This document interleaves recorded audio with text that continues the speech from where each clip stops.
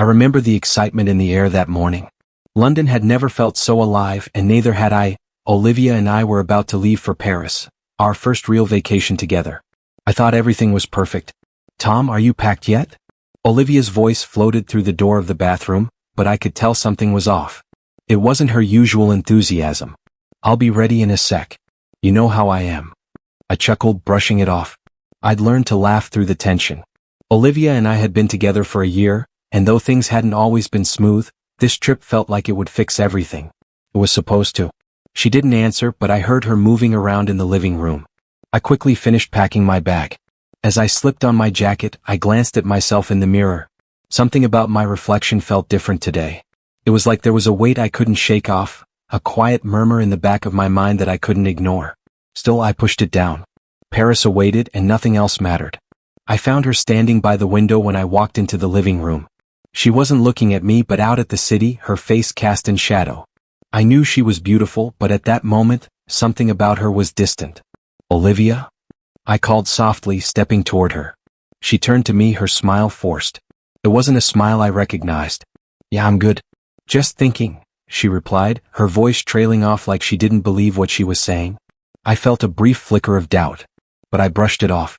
"It's going to be amazing, you'll see." She nodded, but her eyes lingered on me for only a second before shifting away again. "Yeah, amazing." I didn't press it. Maybe it was just pre-vacation nerves. She was always a little anxious before trips. It's not like she had ever been the most spontaneous, but that's why we worked. I balanced her. We balanced each other. As we made our way to the airport, I tried to shake off the feeling gnawing at my gut. Olivia's distractedness, her offhand comments, maybe I was reading too much into it. After all, I trusted her. I trusted James too. He'd been my best friend for years, and he was coming along for the trip. James had always been my rock. Even now, as we stood in line for security, I couldn't help but feel better knowing he was by my side. His casual chatter, his laughter always brought a sense of normalcy. "Mate, you're going to love this trip," he said, clapping me on the back. "I've heard the nightlife in Paris is insane. You're going to get lucky." I laughed. "I'm already lucky. I've got Olivia." He winked. "Fair enough. But Paris, man, it's a whole different world. Maybe you should loosen up a bit, yeah?" I smiled, the tension in my chest easing. It was easy to get lost in the idea of Paris, of the freedom it promised. Later, as we boarded the plane, I noticed Olivia was quiet. She kept her gaze on the window, her hands resting in her lap, folded neatly. I couldn't help but glance at her more than once, trying to make sense of what was going on. She seemed so far away. But I refused to let the doubt linger. I refused to let it ruin the one thing I thought was perfect. I leaned over to her, nudging her gently. "Hey, are you okay?" She blinked, then turned to me with a soft smile. "Yeah, I'm fine. Just tired, I guess." Her smile didn't reach her eyes, and I felt that flicker of doubt again. "Olivia," I pressed, my voice low, "what's really going on?" She sighed, then looked away. "Nothing, Tom. I'm just thinking about stuff." I nodded, pulling back, the quiet between us filling the space. I wanted to believe her. I wanted to trust that this wasn't something bigger. But there was a part of me deep down that felt like I was standing on the edge of a cliff, and I didn't know how far I'd fall if I took one step closer. "Look, I know you've been stressed with work and everything," I said, my voice steady. "But this trip is for us, okay? Let's leave all that behind for a while. Just us." She didn't respond immediately. Instead, she nodded, but the distance between us only seemed to grow. "Yeah, okay," she murmured, her voice barely audible over the hum of the plane. I settled back into my seat, staring out at the sky, trying to ignore the sinking feeling in my chest. I kept telling myself it was nothing. Just nerves. But deep inside, I felt like I was starting to lose something. Something I didn't understand yet. Maybe I should have listened to that voice. Maybe I should have seen the signs before they led to the fall. But the moment passed, and I let it go, too focused on the idea of Paris and all the things that could fix this. I had no idea how much everything was about to change. Paris. The city of lights, romance, and all the things I thought I had with Olivia. But now, standing on the balcony of our hotel, I couldn't shake this nagging feeling. Everything was supposed to be perfect.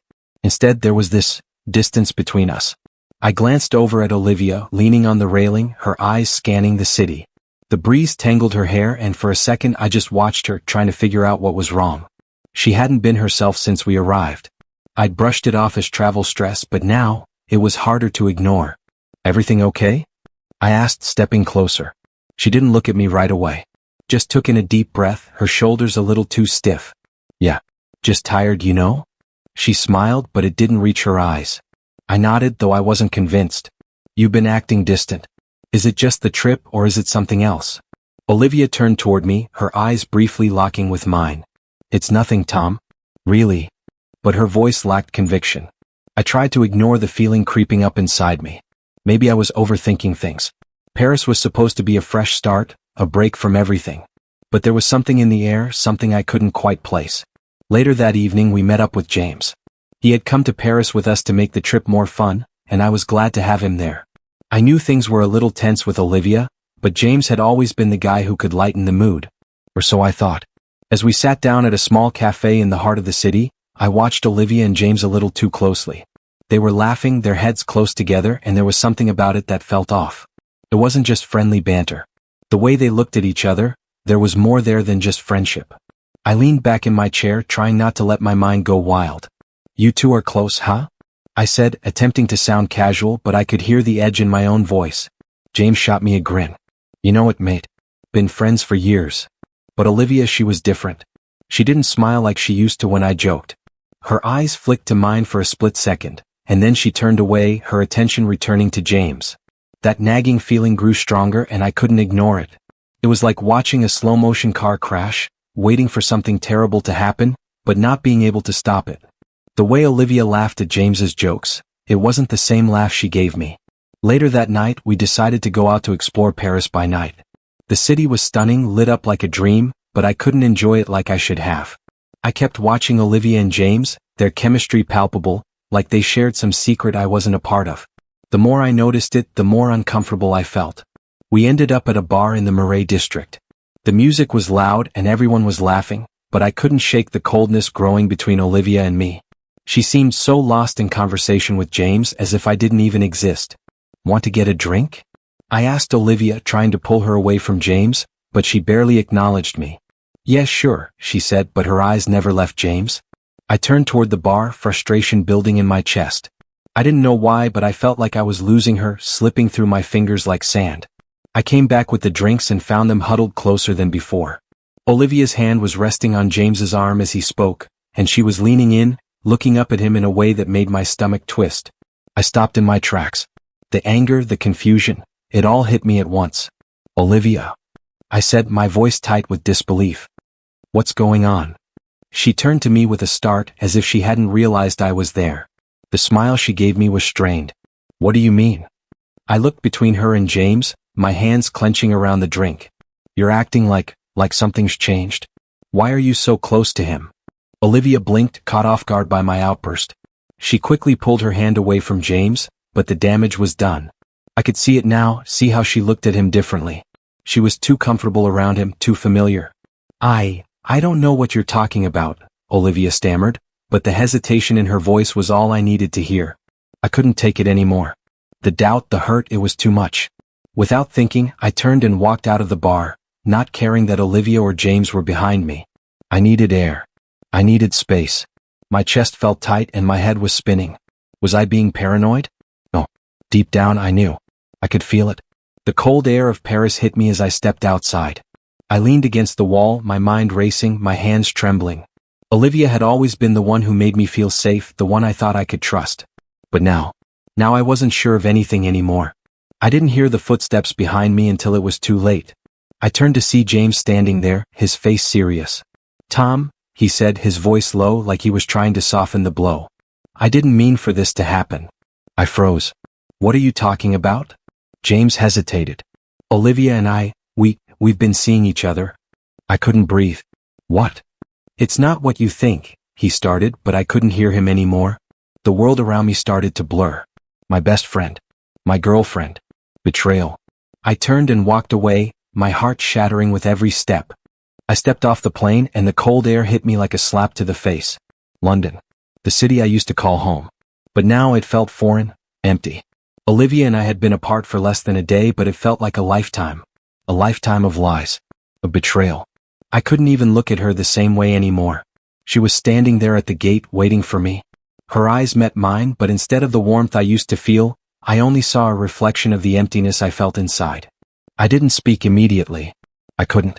I didn't trust myself to. Tom? Olivia's voice was soft, fragile, like she was walking on eggshells. Can we talk? Talk. The word tasted bitter. I don't think there's anything left to talk about. I turned away, walking towards the exit. Tom, please listen to me. It wasn't what you think. Olivia called after me, but I didn't stop. I couldn't. Not after everything. Back at the flat, I threw my bags on the couch, my mind spinning. Everything felt like a blur. My memories of her, our relationship, every laugh, every touch, every kiss suddenly felt like a cruel joke. I wasn't sure where to go next. I didn't know what to do with all this anger inside me. Then I heard her voice again. Tom, please? I spun around, my heart hammering in my chest. What could you possibly say that would make this any better, Olivia? My voice was low but filled with an intensity one hadn't felt before. You slept with James. How long were you planning on keeping that from me? She took a step closer, her eyes pleading. It didn't mean anything. It was a mistake. Please understand, it was just a moment of weakness. I didn't. I cut her off, my rage building. A mistake. I laughed bitterly, though it felt more like a growl. You think I'm that stupid, Olivia? That this was some random mistake? No. It was you. It was you and him. And I wasn't enough for you, was I? That's not it, Tom. She stepped closer, but I took a step back, shaking my head. Don't come near me, I spat. Don't even try to touch me. I didn't wait for her to say anything more. I grabbed my coat and stormed out of the flat, not caring if she followed me. I needed air. I needed to get away. I pulled out my phone and dialed James's number, my fingers shaking. James, I said when he picked up, my voice low but seething with anger. We need to talk. Now. The pub was dimly lit, but the shadows couldn't hide the rage inside me. I was seated at the back, waiting. I didn't want to see him, but I knew I had to. This was the only way to get answers. James walked in a few minutes later, his eyes scanning the room until they landed on me. He didn't look surprised. He probably knew exactly why I'd called him. Tom, he said, sitting down across from me. I figured we'd talk soon. Cut the crap, James. I leaned forward, my fists clenched. What the hell happened? James sighed, running a hand through his hair. Look, I never meant for it to happen. I swear to you I didn't plan this, but it just did. I'm sorry, mate. Sorry? I couldn't believe the words coming out of his mouth. You're sorry? That's it. My voice was rising and I didn't care. You slept with Olivia, my girlfriend? And you think sorry is going to fix this? He flinched, his gaze shifting to the side. I don't know what you want me to say. I'm sorry it happened. I'm sorry it hurt you. But you have to understand we've both been through a lot lately. Things change.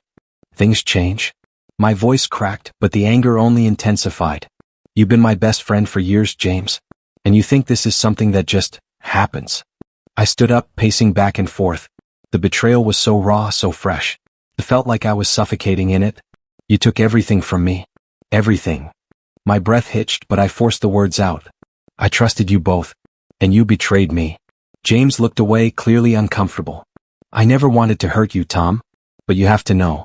Olivia and I, we've got something. We always have. I felt a surge of adrenaline, but it wasn't relief. It was anger, pure, unfiltered rage. I trusted you, I said again, my voice colder this time. And this is how you repay me? James's eyes softened, but the damage was done.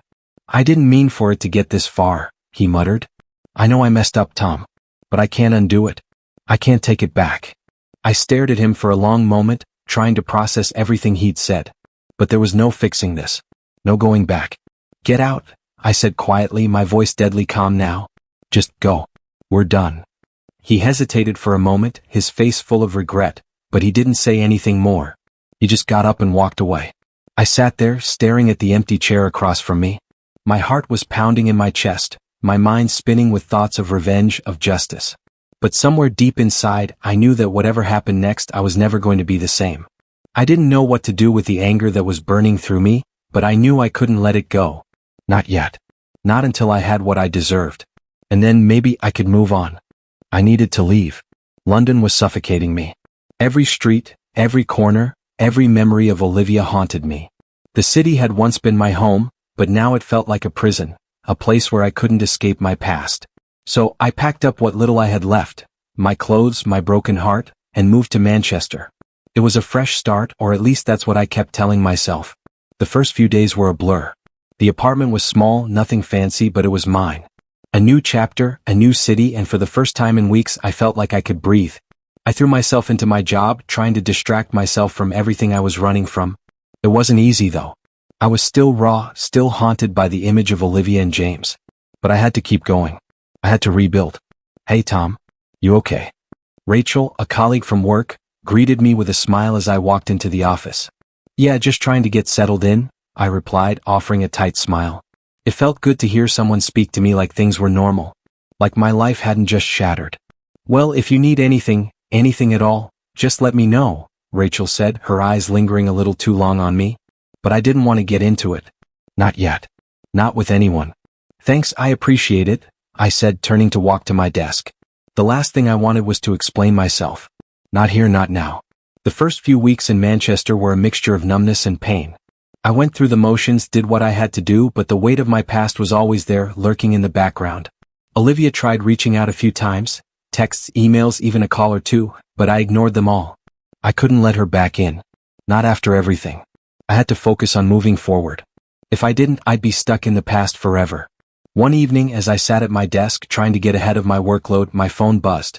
I glanced at it. Olivia's name flashed across the screen. I stared at it for a moment, my thumb hovering over the ignore button. Part of me wanted to pick up, to hear her voice again, to hear her apologize, to make everything right. But the other part of me, the stronger part, knew that talking to her would only drag me back into the chaos. So I hit ignore and tossed the phone on the desk. It wasn't easy though. It never was. The temptation to forgive was always there, but I knew I couldn't let her back into my life. I'd already let her in too far. And look where that had gotten me. The next day, I met up with a few colleagues for drinks after work. It was my first time actually socializing since I moved to Manchester. Rachel was there too, and she kept looking at me with that look, the one that said she wanted more than just a friendship. I didn't return the look though. I wasn't ready for anything. Not with anyone. But it felt good to laugh, even if just for a few hours. For a brief moment, I forgot about Olivia. I forgot about James. It was a small victory, but it felt like progress.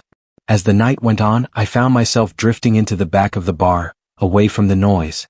I didn't feel like talking to anyone anymore. I just needed space. My thoughts kept circling back to what had happened, Olivia and James. I had given so much of myself to them, and in return they had torn me apart. It still hurt, but it was starting to feel more like a scar than an open wound. "Tom?" Rachel's voice pulled me out of my thoughts. She stood at the entrance to the back room, a drink in her hand. "You good?" "Yeah," I replied, my voice quieter than I meant. "Just needed a minute." She gave me a soft smile, but it was clear she didn't buy it. "If you need someone to talk to, I'm here."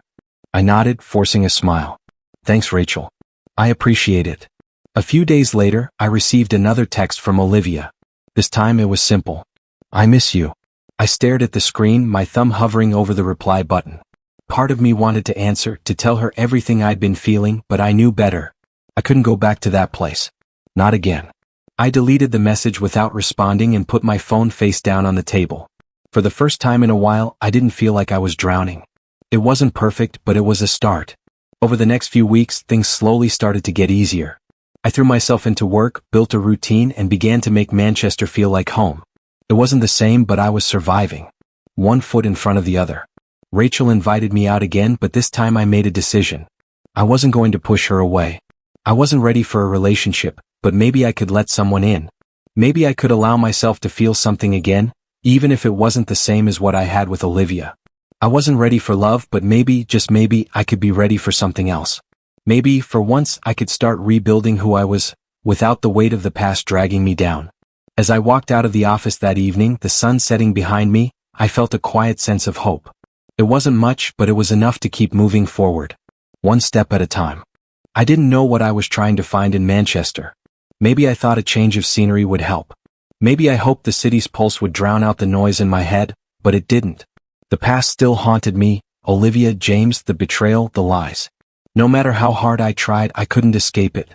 My days had started to feel routine. I worked, I came home, I tried to forget. It wasn't much of a life, but it was what I had. Then one afternoon, Sophie walked into my life. I was at a coffee shop down the street from my apartment, sitting at the window, my usual grim thoughts swirling in my head when she caught my eye. Sophie. She was sitting at the table next to mine, absorbed in her laptop. Her blonde hair fell across her face as she typed, but every now and then she would look up, her eyes bright with thought. I don't know why I noticed her, maybe because she seemed like a world away from everything that had happened to me. I glanced back at my phone, but something made me look up again. This time our eyes met. She smiled and I wasn't sure why, but I smiled back. "Hi," she said, her voice light. "I think I've seen you here before." I raised an eyebrow. "Yeah, I come here a lot." She nodded. "I thought so. It's hard not to notice someone in a place like this." She gestured to the small cafe, which was crowded with the usual mix of laptops and conversations. "I'm Sophie, by the way." "Tom," I replied, a little unsure of myself. We exchanged a few more pleasantries and before I knew it, we were talking. It was easy. She didn't know my story, didn't know what I was running from. I didn't have to carry the weight of the past with her. She listened when I spoke, laughed at my jokes, and for the first time in a while I felt like myself again. But I couldn't shake the feeling that something wasn't right. I liked Sophie, there was no doubt about that, but the ghosts of Olivia and James were always lurking in the back of my mind. A few days later, I was walking back to my apartment when my phone buzzed. It was a text from Olivia. "Tom, I know you're angry. I get it. But I need to explain. Please just let me talk." I stared at the message, my hand tightening around the phone. I had been avoiding her for weeks now, but the temptation to respond, to hear her out, was unbearable. I didn't respond. Instead, I pocketed the phone and kept walking. No, I couldn't let her back in. Not after what she did. The next evening, as I was heading out for a walk to clear my head, I bumped into James. He was standing outside a bar, looking like he didn't know whether to approach me or not. "Tom," he said, his voice hesitant, almost apologetic. "Can we talk?" I stopped, my chest tightening. The last thing I wanted to do was have a conversation with him. "About what?" I asked, trying to keep my voice even. He looked down for a moment, clearly unsure. "About everything. About me and Olivia. I know I messed up. I should have never hurt you like that." I could feel my jaw tightening. "You think saying sorry makes it better?" James shifted uncomfortably. "No, but I don't want things to be like this between us." I shook my head, taking a step back. "You don't get it. You don't just get to apologize and expect everything to go back to normal. What you did, what both of you did, it can't just be fixed with words." James opened his mouth to say something, but I didn't want to hear it. "You've had your chance, James. And you blew it." I turned away, my heart pounding. The rage I had felt before was still there, but now it felt like a dull ache. I didn't have the energy to hold on to it anymore. That night, I met Sophie again. We went to a small restaurant, and for a while, I forgot about everything. I laughed at her stories, shared a few of my own, and allowed myself to enjoy her company. But every time I started to relax, a part of me, the part that had been hurt, betrayed, pulled me back. "You're quiet tonight," Sophie remarked, breaking the silence. She looked at me, concern in her eyes. "Something on your mind?" I hesitated, my thoughts all over the place. I wanted to tell her. I wanted to share everything that had been building up inside me since London. But I couldn't. Not yet. "I'm just trying to figure some stuff out," I said instead, forcing a smile. "You know how it is." She smiled, but her eyes were sharp, like she could see right through me. "I get it," she said softly. "I hope you figure it out soon, Tom." For the first time in a long time, I felt like maybe I could. Maybe I could let go of the past, let go of the betrayal. Maybe Sophie was the answer. Or maybe she was just a distraction. Either way, I wasn't sure I was ready for anything yet. Not completely. As I walked home later that night, I thought about everything. Olivia, James, Sophie. My past. My present. I had so many questions and so many feelings swirling around, but one thing was clear. I wasn't ready to forgive. I wasn't ready to move on, but I was starting to accept that I had to. I didn't need Olivia to move forward. I didn't need James. It was time to let go of the anger, the bitterness. And maybe, just maybe, give myself a chance to heal. I never thought I'd find peace in a city like Liverpool. It was gritty, vibrant, full of life. Nothing like the sterile, hollow feeling London had left behind. I was here for business, a fresh start, but there was something about this place that felt like it was mine. The streets were alive, the people were real, and I was starting to feel like I could breathe again. Sophie had come with me to visit a few times, and I couldn't deny how much easier things were when she was around. She was a balm to the wound I'd been carrying. Her laughter, her warmth, she made me feel human again. But the past, the one I tried so hard to outrun, was never far behind. "Tom, are you even listening to me?" Sophie's voice broke through my thoughts. We were sitting at a cafe, the buzz of the city around us. She had that look again, the one she always had when she thought I was miles away. Sorry, I muttered, rubbing the back of my neck. Just thinking. You do that a lot, she teased, but there was concern in her eyes. You're still thinking about her, aren't you? I froze for a second, unsure how to respond. Who? Sophie, she said, her voice gentle but insistent. You know exactly who. Olivia. I looked at her, the weight of it hitting me all at once. I can't help it, Sophie. I still see her everywhere. It's like she's still here, even when I'm trying to move forward. Sophie didn't say anything for a moment. She just looked at me, her eyes full of understanding. Tom, she said softly, you can't keep carrying her around. You have to put her down. I sighed, looking down at my hands. I know, but it's not that easy. I know, she said, her voice a little firmer now. But you're here.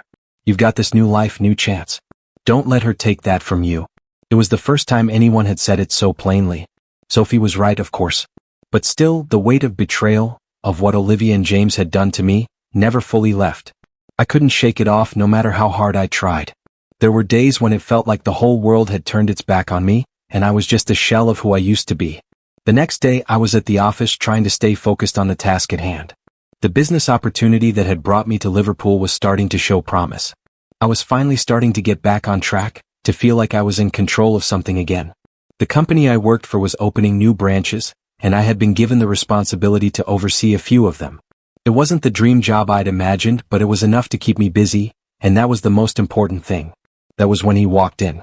Ethan Clark, I said under my breath as he stepped into the office. The man I thought I'd never see again. Ethan had been my rival back in London. We'd always been at odds, competing for the same promotions, the same recognition. I hated him. And yet, there was something about him that kept pulling me into this ugly, toxic dance of competition. And now he was standing in front of me, smiling that smug smile I'd come to hate. Tom Bennett, he said, his voice dripping with sarcasm. I didn't expect to see you here. What the hell are you doing here? I snapped before I could stop myself. Ethan chuckled, unfazed by my tone. You know, I was thinking the same thing about you. What are you doing hiding out here in Liverpool? Running from your problems? I clenched my fists, the temptation to lash out burning in my chest. I wanted to punch him, to throw all my anger at him for everything he had done, for everything he represented. But I stopped myself. I wasn't that guy anymore. I wasn't going to let him drag me back into the same fight. I'm just here to work, I said, forcing the words out through gritted teeth. What are you doing here? Ethan's smile widened. Same as you, I guess. Getting ahead. Business is business, right? For a moment, I thought about telling him exactly what I thought of him. But I didn't. I wasn't going to let him control my emotions anymore. The fight, the anger, the need for revenge, it wasn't worth it. Not anymore. Later that night, I told Sophie about the encounter. She listened quietly, then looked me in the eyes. What are you going to do about it? I took a long breath, feeling the weight of her question. Nothing. I'm not going to let him ruin this for me. I'm here to rebuild, Sophie. Not to get dragged back into old fights. She smiled, and for the first time in a long time, I felt like I might actually be telling the truth. I'm proud of you, Sophie said, her voice full of warmth. You've come so far already. I looked at her, a small smile tugging at the corners of my lips. It's not over yet. But I'm trying. The next morning, as I walked through the busy streets of Liverpool, I felt a flicker of hope I hadn't felt in a long time. I wasn't perfect. I wasn't healed. But for the first time in a while, I wasn't thinking about Olivia, about James, about the betrayal. I was thinking about me. About my future. It wasn't going to be easy, and I knew that. The temptation to take revenge on Ethan would always be there, a dark shadow lurking in the back of my mind. But I wasn't going to let it define me. I was starting to believe in my own strength again. And that, for now, was enough. It's funny how life works. One minute, you're drowning in anger, ready to burn everything down, and the next minute, you're watching the world balance itself out. That's how it felt when I first heard about Olivia. I had just finished a long day at work and was grabbing a drink with some colleagues when I bumped into an old friend, Mark. We exchanged a few casual pleasantries before he dropped a bomb on me. Hey Tom, have you heard what's going on with Olivia? I didn't respond right away. The mention of her name still triggered something inside me. It had been months since we last spoke, but I hadn't completely erased her from my thoughts. No, I said, trying to sound indifferent. What's going on? Mark leaned in, lowering his voice. She's been struggling. She and James? They're done. Didn't last. It's been falling apart for a while now. James is a mess, but Olivia's, well, she's not in a good place either. A part of me felt a strange satisfaction, but the other part, maybe the part that had always cared for her, felt pity. I'm sorry to hear that, I said, but even as I spoke, I knew I wasn't. I wasn't sorry for her. Not anymore. Mark continued, I don't think she knows what to do now. She called me the other day, said she's been thinking about everything about you, about how much she messed up. I felt the familiar rush of bitterness, but I swallowed it down. She probably regrets it now, I said, my voice tinged with a bitterness I couldn't hide. Yeah, well, she said it's too late. She knows she screwed up, but... Mark's voice trailed off. She doesn't think you'll forgive her. I stared at Mark for a moment, trying to make sense of what he was saying. Was this what karma looked like? Olivia, the one who had betrayed me, now facing the consequences of her own actions? Part of me felt relief. The other part? I wasn't sure what I felt. The next day, I couldn't stop thinking about what Mark had told me. I went for a walk, hoping to clear my head, but the weight of it all was impossible to shake off. I bumped into Sophie on the street, and she immediately saw the conflict on my face. Tom, she said softly, her voice full of concern. What's going on? You look like you've seen a ghost. I shook my head. It's nothing. Just finding out some things about Olivia. Sophie's eyes softened. Tom, I know it's hard. But you've moved on, right?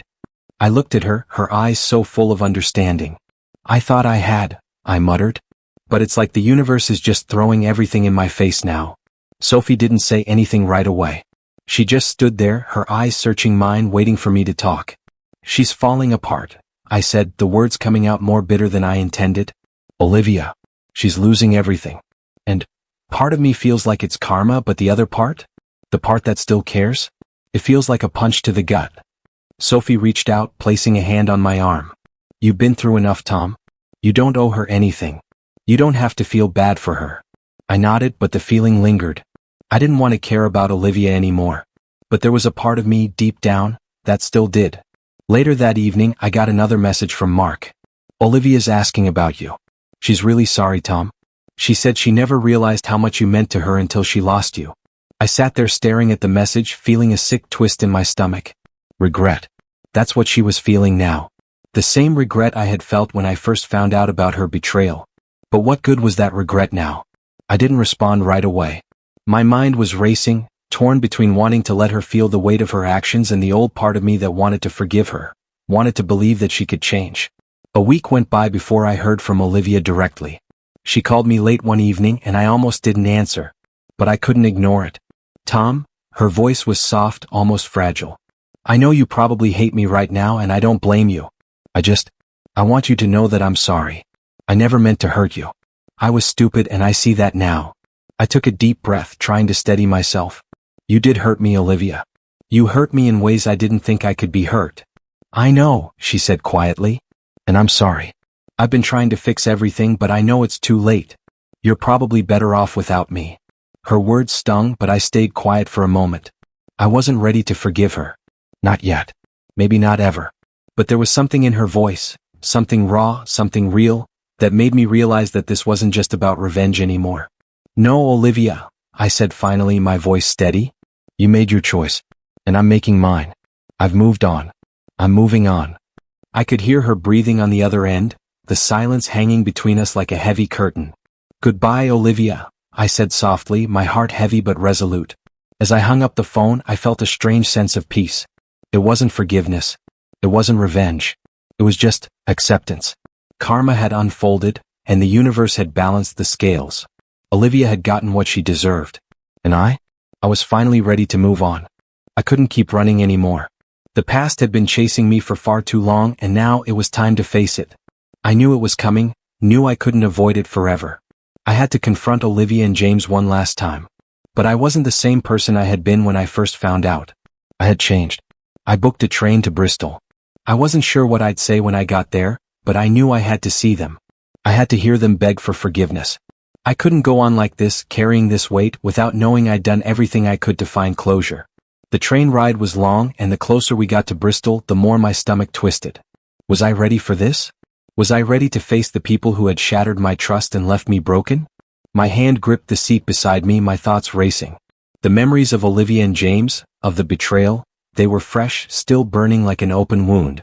But I had to do this. I had to end it. When I arrived, I made my way to the hotel where Olivia and James were staying. I hadn't heard from either of them since we last spoke, and I wasn't sure if they'd even want to see me.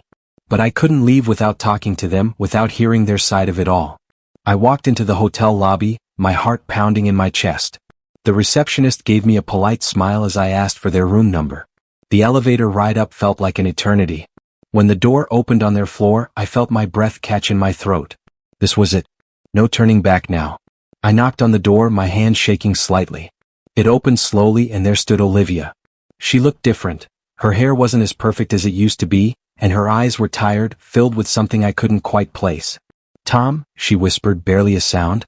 She looked like she hadn't slept in days. I didn't say anything. I just stepped past her into the room. James was sitting on the edge of the bed, his hands resting in his lap, his eyes dark with guilt. When he saw me, he stood up, his face a mixture of surprise and shame. "Tom, we weren't sure you'd actually come," James said, his voice low, almost apologetic. "Of course I came," I replied, my voice steadier than I felt. "This is something I need to do. For me." Olivia's eyes were on me, pleading. "Tom, I'm so sorry. I know I hurt you and I regret it every single day. Please just listen. Let me explain." I shook my head, my heart racing. "You don't need to explain. I know exactly what happened. You and James," my throat tightened but I pushed through. "You did what you did. And I can't unsee that." Olivia stepped closer, her eyes filling with tears. "I know, Tom. I don't deserve your forgiveness. I don't deserve anything from you. But I need you to know, it was a mistake. I was weak and I hurt you." I clenched my fists at my sides, the anger bubbling up again, but I forced it down. I wasn't here to rage at them. I was here to end it. "I'm not here to get closure," I said, my voice steady, though my heart was thundering in my chest. "I'm not here to let you off the hook. I'm here because I need to move on. Because the betrayal, it's been eating me alive for too long." James stepped forward, his voice desperate.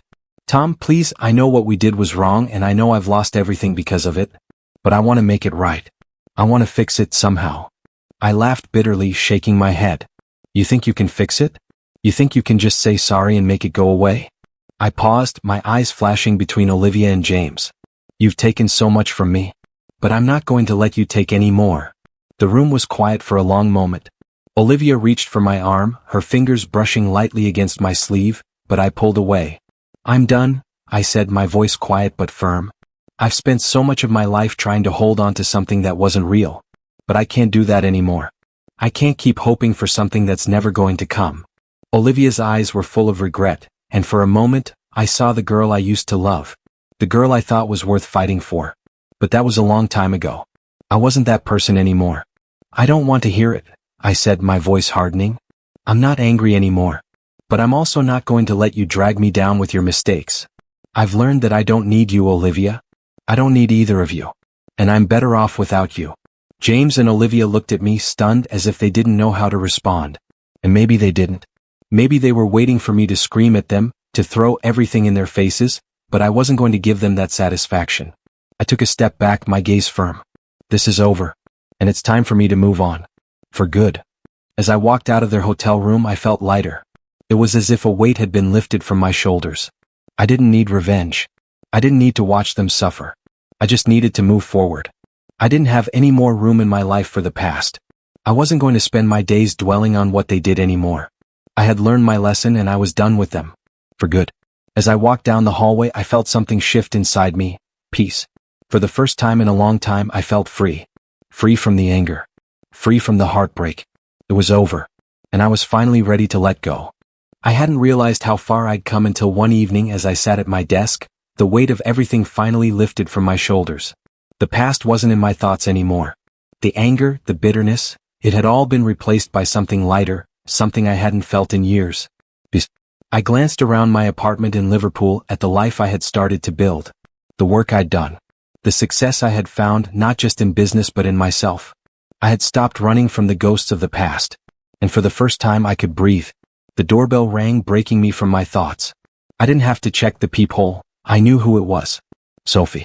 I opened the door to find her standing there, a smile on her face, her eyes full of warmth. "Got a minute?" she asked, stepping inside without waiting for an answer. "Always for you," I said, smiling. I wasn't used to this feeling, happiness, contentment. But with Sophie by my side, everything seemed a little brighter. "How's the new project going?" she asked as she set her bag down on the couch. Sophie had been a constant presence in my life for months now, ever since I had moved to Liverpool. She was the one person who had never judged me, never tried to fix me, but had simply been there, supporting me in every way she knew how. "It's going well," I said. "Actually, it's been a bit of a breakthrough. I've managed to stabilize everything, and the numbers are starting to look good." Sophie nodded, her smile warm. "You deserve this, Tom. You've worked so hard." I looked at her, feeling a wave of gratitude. "I didn't think I could get here," I said softly, looking down at my hands. "Not after everything that happened." "I know," she said, her voice tender. "But you did. You rebuilt yourself. You let go of the anger, and that's the hardest part." I nodded, feeling the truth of her words settle inside me. I used to think that forgiveness meant weakness. That if I forgave, I was letting them win. But now, I see it differently. Forgiveness isn't about them, it's about me. It's about freeing myself. Sophie stepped closer and placed a hand on my shoulder. "You've come a long way, Tom. And I'm so proud of you." I smiled up at her, feeling a sense of calm wash over me. "I wouldn't have gotten here without you, Sophie. You've been my anchor." The next day, I was sitting at my desk when I saw the familiar notification pop up on my phone. Olivia. My heart skipped a beat, but I didn't let it affect me. I hadn't heard from her in months.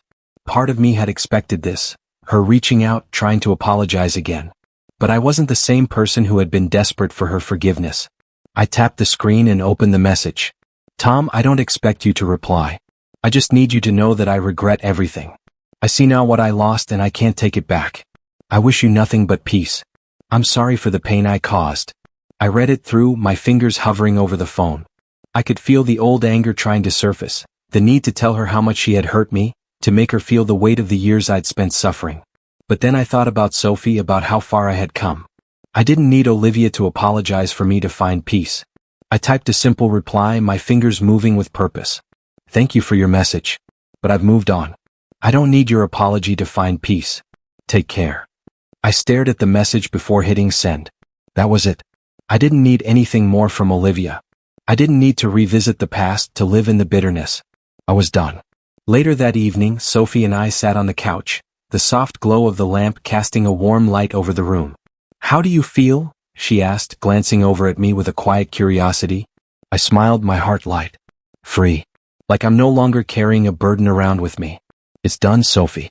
I'm done." She looked at me with a soft, understanding smile. "I'm proud of you, Tom. You've worked so hard to get here." I leaned back, feeling a sense of contentment settle in my chest. "I never could have done it without you. You helped me realize that the only way forward was to let go. I didn't need revenge, I didn't need closure from them. I just needed to find peace within myself." Sophie's eyes softened, and she reached for my hand, her fingers intertwining with mine. "You've always had the strength, Tom. You just needed to believe in it." I held her hand, the warmth of her touch grounding me. "I do believe in it now. I believe in me." That night, as I lay in bed, I felt a quiet sense of satisfaction. The past wasn't gone, it was a part of me, a chapter one had learned from. But it didn't control me anymore. I had forgiven myself, I had forgiven them, and I was moving forward, stronger and freer than I'd ever been. I wasn't sure what the future held, but I knew this. I was finally at peace. And that was enough. It's funny how things change over time. When I first found out about Olivia and James, I wanted revenge. I wanted them to feel the pain I'd felt, to experience the betrayal in the same way. But over the months as I rebuilt my life, something shifted in me. I didn't need to get back at them. Life was already doing it for me. I had found success here in Liverpool, something I never thought would happen when I first left London. I'd poured myself into my work, built relationships with new people, and for the first time in a long while, I felt like I had purpose. The past wasn't as heavy anymore. Every day I was moving further away from the pain they caused me. I thought I was done with them. But karma has a funny way of catching up with you. It started with a text message from Mark. "Tom, you won't believe it. I heard from Olivia. She's been fired from her job. The company's cutting her loose after all the mess with James." I stared at the message for a while, not sure how to feel. A part of me felt a twisted satisfaction.